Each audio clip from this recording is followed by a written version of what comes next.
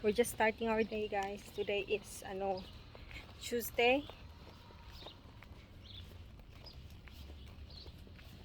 Tuesday na, tapos maghahanap pa kami ng mga kain. First time naming lumakad sa area na to. So dito kami dadaan for now. Wala, may supermarket din dong parte, no?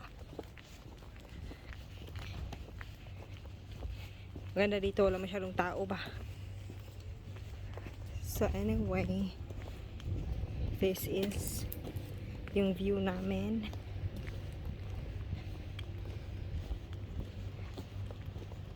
Oh, they got restaurant here. Murag saag ba ani guys da. Gutom. Ano na, mga 1 PM na. Wala pa kaming breakfast at saka lunch. Ano bang holiday to? Pasmo man ang style. That could maybe be cheaper, don't know if there is a apartment. Ay, upo-upo na muna kami guys. Hindi pa talaga namin mahanap yung pagkakainan. May nahanap na sana kami, hindi pala open. Ay. So naupo na muna kami, mag-search muna kung saan pwede kumain. Ganito pa talaga ang holiday ba? Pag holiday di ay kay kuan. Magutman taan yung kalakiha. Yung chinilas ko guys ba?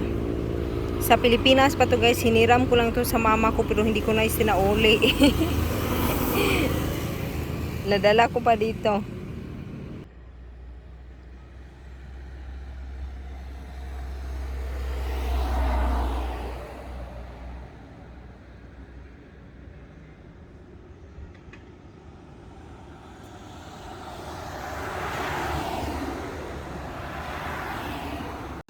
Then we walk there, there's still others. Eubison. The electric fan ba is like, I'm taking a video, right? The electric fan is such a bummer. But it's nice.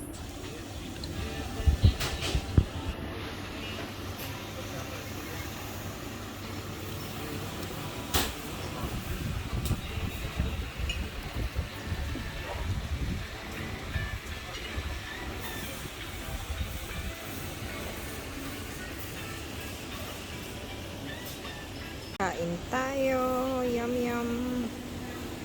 Yan kang Martin. Hoy, ilog susalong.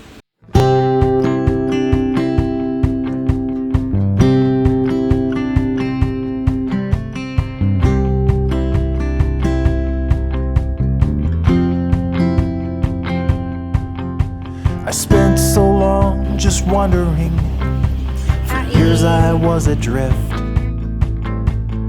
directionless and way. Ito yung aming mga snack dito guys. Ito is binili namin sa pharmacy kasi yung masakit yung dito ni Martin ba?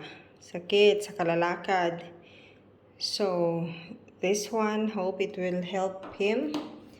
And then may mga biscuits. Ito napaka grapes na hindi di guwapa na grapes. And then ito din, gusto kong i-snack to later. Sana may rice. Wala man kaming rice. And then biscuits, coffee. It's so nice to have handy coffee early in the morning. And then mga candies. Relax na muna tayo guys. Tapos magsiswimming din kami. But then, sabi ko nga kay Martin na parang upo muna kasi hindi din maganda na kadarating mo lang tapos sobrang init tapos tubig agad. So I don't know if there's a medical explanation about that, but I believe na medyo masama siya pag gano'n. So para malirelax muna yung katawan dito muna and then right after that doon na mag-swimming.